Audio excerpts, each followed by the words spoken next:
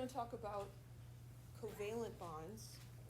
So the Lewis structure for a covalent molecule for molecular compounds is going to show neighboring atoms sharing electrons to get octets. And again, hydrogen is an exception to that. It will have a duet. So we're going to draw Lewis structures for water and chlorine here. So water, we've got hydrogen and oxygen and hydrogen. And in Lewis theory, we are always looking at the valence electrons. The number of valence electrons for the main group elements is the group number, 1A, 2A, 3A, 4A, 5A, etc. So hydrogen is in group 1A, it has one valence electron. So it's going to have one dot. So there's a dot for hydrogen, and here's the dot for the other hydrogen. How many valence electrons does oxygen have? 6. It's in group 6A, so it's got 6. When we were looking at the metal and nonmetal, we were looking at, well, hydrogen could donate this electron to the oxygen, and then we'd have ions, and they'd be attracted. But hydrogen doesn't really want to do that because it's a nonmetal. So what they can do is, instead of transferring electrons, they can share. So if we think of hydrogen sharing that electron and oxygen sharing this electron, then those shared electrons belong to both atoms. So hydrogen now feels like it has 2 electrons because it's sharing those 2 electrons with oxygen.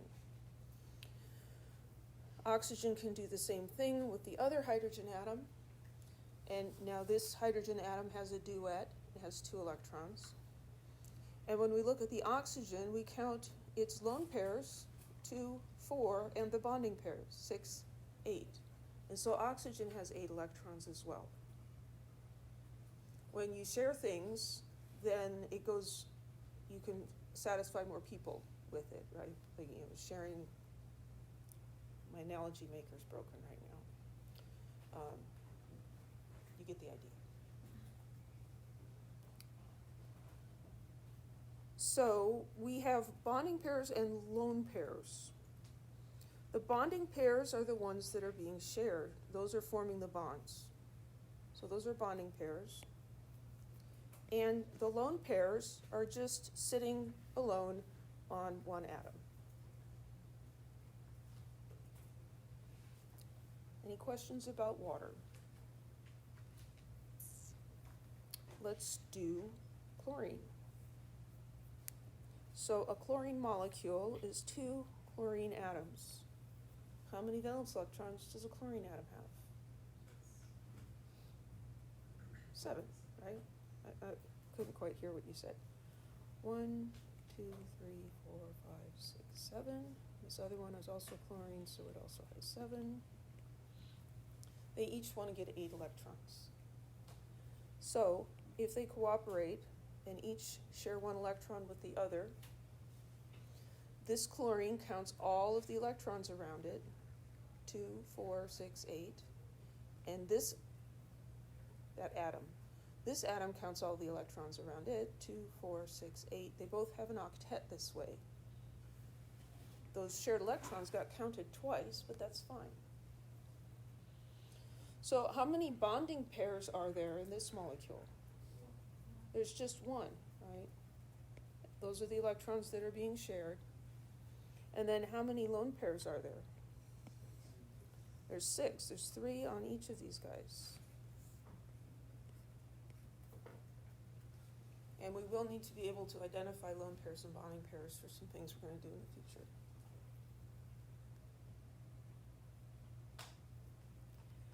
So that was how 2 atoms can share a pair of electrons. We can also have atoms sharing more than 1 electron pair.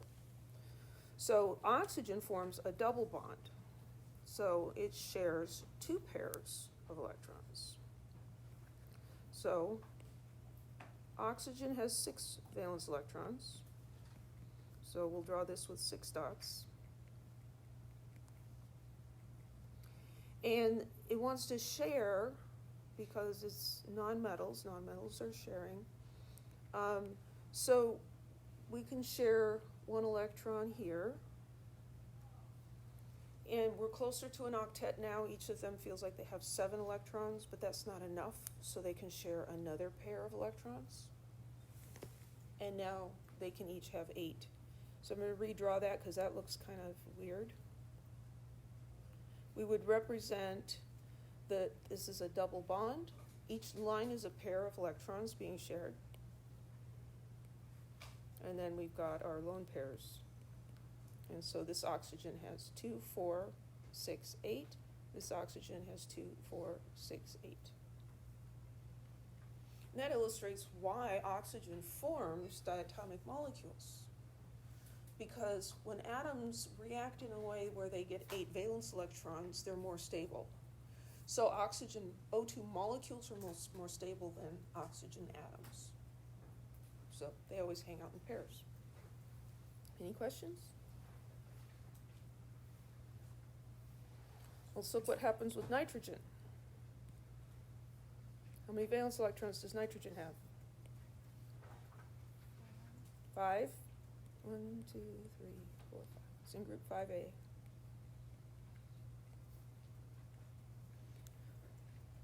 So here we're going to have a triple bond. We share 1 pair of electrons, 1 electron from each, and another one, and another one. And when we do that, we've got 3 shared pairs of electrons, bonding pairs, and a lone pair. This nitrogen, 2, 4, 6, 8. This nitrogen, 2, 4, 6, 8.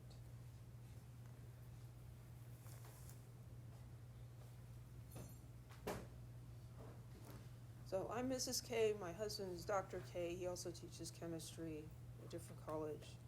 And so here we have Dr. K and Mrs. K, and they have 6 shared electrons, 6 children. So that's a triple bond. We're tight. I want to show you something interesting if we look at the different elements.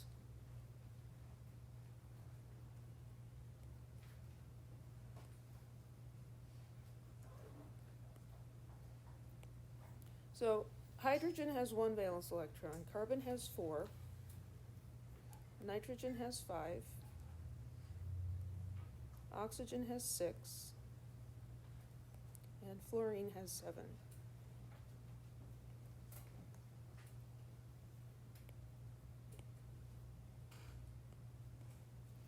So hydrogen has 1 electron that's not paired up, carbon has 4, nitrogen has 3, oxygen has 2, and fluorine has 1. Those are the number of bonds that those atoms prefer to make. So here with the O2, each oxygen is involved in 2 bonds. That gives it an octet. The nitrogen, each nitrogen is involved in 3 bonds. It has 3 unpaired electrons here. And so it is very happy when it makes 3 bonds. Yeah? Is a quadruple bond possible? A quadruple bond is not possible. Yeah. We'll learn a little more about why that is. It's geometry, really. Yeah. It's a good question, though. But carbon always forms 4 bonds. That could be a single bond and a triple bond. It could be 2 double bonds. It could be 4 single bonds. There's all kinds of combinations. 2 double bonds. And then hydrogen, because he only has 1 electron, can only ever form 1 bond.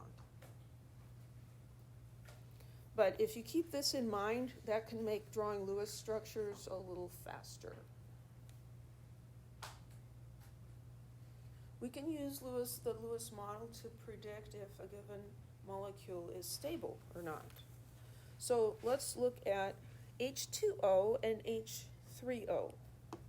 So we already drew the Lewis structure for water, so I'm just going to draw it again real quick here. And then over here, H3O,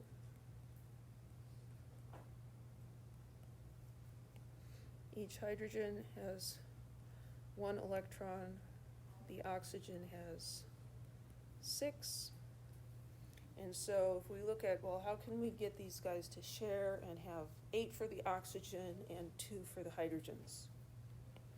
Well, we could have this guy share and this guy share. But if this hydrogen shares an electron with oxygen, what happens? Does oxygen have an octet? No, it's got 9 electrons. 3 bonding pairs, 2, 4, 6, 8, and 9. Well, if 8 electrons is good, 9's better, right? No. No, 8 is the magic number. 8 is the electron configuration of the noble gases. It's the most stable. You don't want to go past it. So we would look at this and say, that's not going to be stable. That's just not going to happen because oxygen cannot have 9 electrons around it like that. Well, what if we looked at H3O+? What's the difference between H3O+ and H3O? 1 electron. Yeah.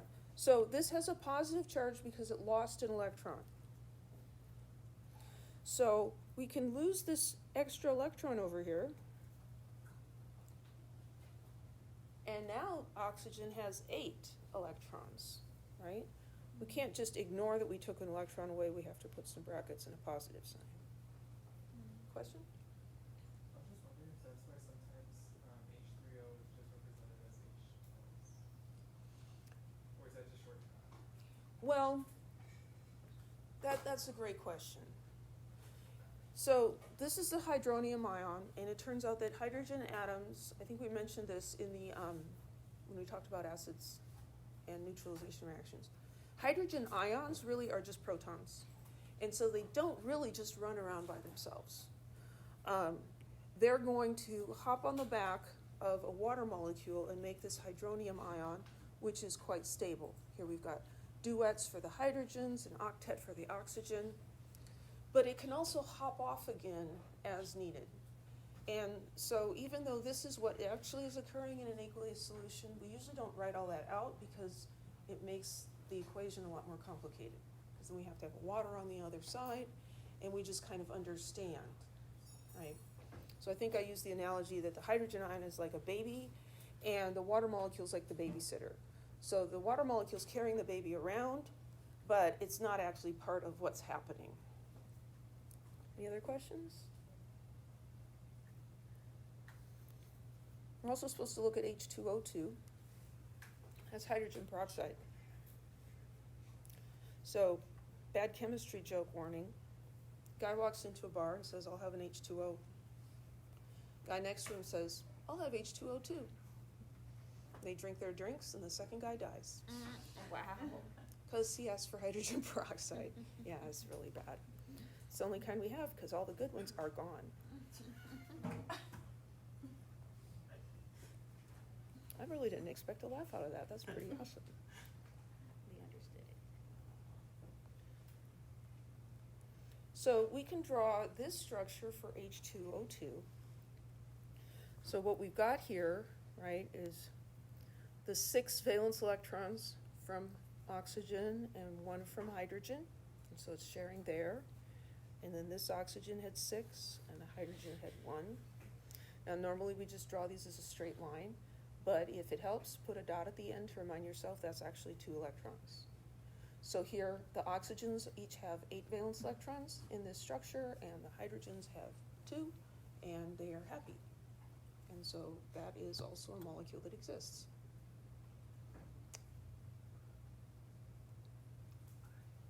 So we looked at how the ionic bonding model compared with reality. Let's check out the covalent bonds. In the ionic bonds, we said the bonds were non-directional because you had oppositely charged ions on all sides and they're all attracted to each other. And that led to a very high melting point and boiling point. Covalent bonds, though, are very directional. Those electrons that are shared are just between 2 atoms. And so we're going to end up with discrete molecules. Here's an illustration of pentane. So we have individual pentane molecules. They are not covalently bonded to each other. They are held together by what are called intermolecular forces that we'll talk way more about later. But they're not held together very strongly. And so that gives molecular compounds generally a lower melting point than ionic compounds.